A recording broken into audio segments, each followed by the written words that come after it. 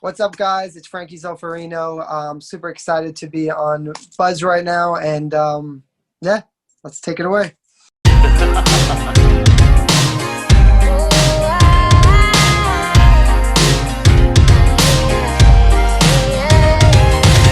a lot of dreamers that reach for the skies, but they can't get your style like you.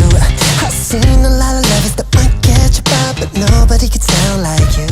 I always tell everybody, one, and this is just like my personal thing, unless you are truly love it so much, like to the point where there is nothing else in your life that you can see yourself doing. It's, you're obsessed, you're just so passionate that you really do feel like it's your calling.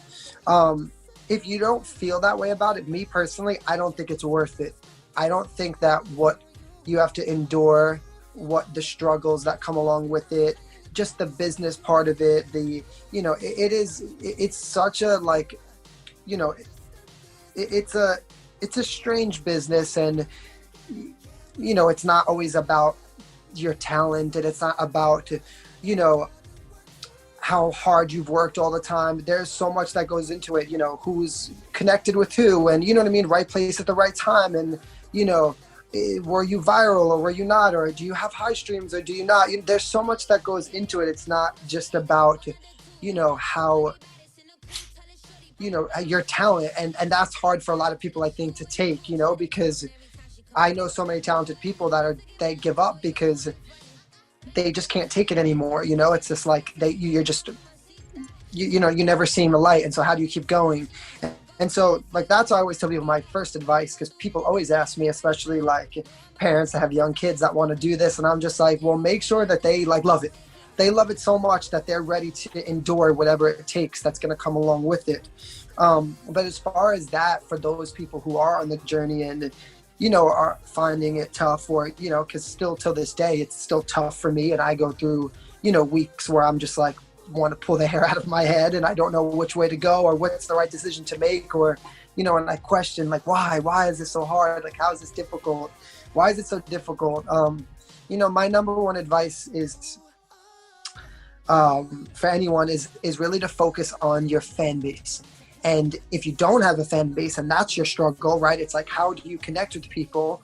I think it's finding out, going in deep in yourself and figuring that out, like, what can I do to connect with people, and what can I do to make people connect with me? Because for me, I'm not really that concerned anymore with the constant stress of, like, oh no, like, what's gonna happen with this record. Like, I have a built-in fan base, and so to me, I'm grateful that I even get to share my music with people, because that is a struggle for a lot of people. You work so hard on putting out a single or release, and in all honesty, no one's really hearing it besides your friends and family, if it's not reaching more people. And people aren't going to miraculously type in your name, unless somehow, it gets in the hands of the right person and it goes viral or something, which, does happen once in a while, but it's rare. And so, I always focus on the fans I have. And of course, the goal is always to reach a new audience and more people and expand your business. But I think it's important to not always be so worried about the industry people and the names and, that whole thing, and just focus on your actual consumer, who is our people. It's everyday people. It's not, my concern is, when I put out a record, it's not to impress a person sitting behind a desk. It's to entertain people, because that's who at the end of the day is buying your merchandise. That's who's coming to see you perform. That's who's supporting your dream. And so I think that's the most important thing, is just, for me at least, to focus on building a genuine audience. That's interesting you say that, because you've been fortunate to have a fan base that's traveled through the Facebook and then the Instagram and then TikTok and well, now TikTok and then Twitter and everything else. And that was, they migrated with you, and some more new ones came along the way.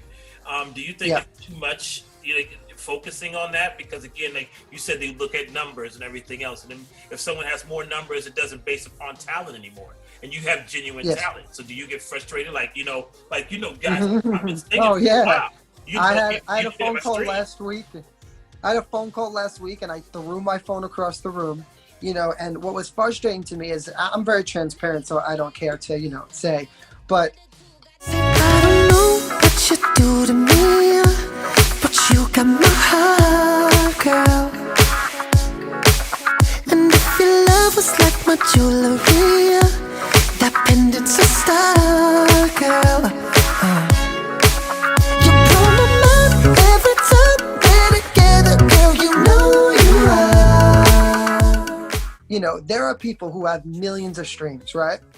And they are signing deals and getting these things. But if you go to their other pages and apps, the streams do not add up to the actual genuine fan base. So what I always never understand is, and I say this all the time, I would love to go to, and sit with music executives and understand their reasoning of why they feel that is more important than a fan base. Because to be honest, if I wanted to spend the money and up my streams, anyone could do that. You just pay.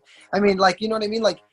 I could pay for the bots. The reason I never do that is because for me, I think it's more embarrassing to have 1 million streams and 20 comments. I think it's embarrassing to have 1 million streams and people don't come to see you perform. Something is not adding up there. There is some type of separation. And so, I obviously know how important it is. And so I do put a lot of campaigns, like if I put a big video out, besides my YouTube, into my YouTube page or, into my streaming services and try to get on more playlists and stuff. And, but, I try to keep it as organic as I can, because at the end of the day, what good are the streams if the other stuff doesn't add up to it?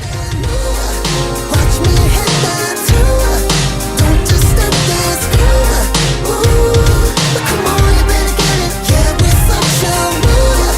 We be so into that body works for you. Ooh, I love the way you did that. Ooh, we should hit that, yeah. I love the way you did that. Ooh, we should hit that, yeah. Ooh, you ain't got. The song is called Hit That. And basically when I recorded the record, it was kind of inspired by the late 80s kind of vibe.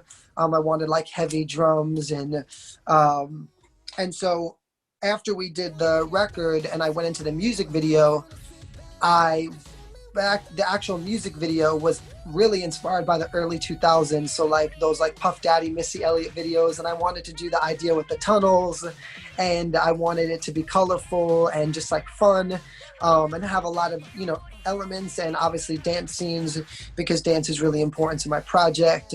And so, I really wanted to, like I said, if I had more money, I wanted to do a third location. But I had to, you had to pick and choose. So, I love the way it came out. This is actually, if people are watching this and are, a lot of people do music videos, and I always tell them their biggest mistake is that they have a low budget and they try to make it a high budget, and you still have to be realistic. You don't want it to look corny either. You're trying to obtain something that's not obtainable. And so I always take that into consideration.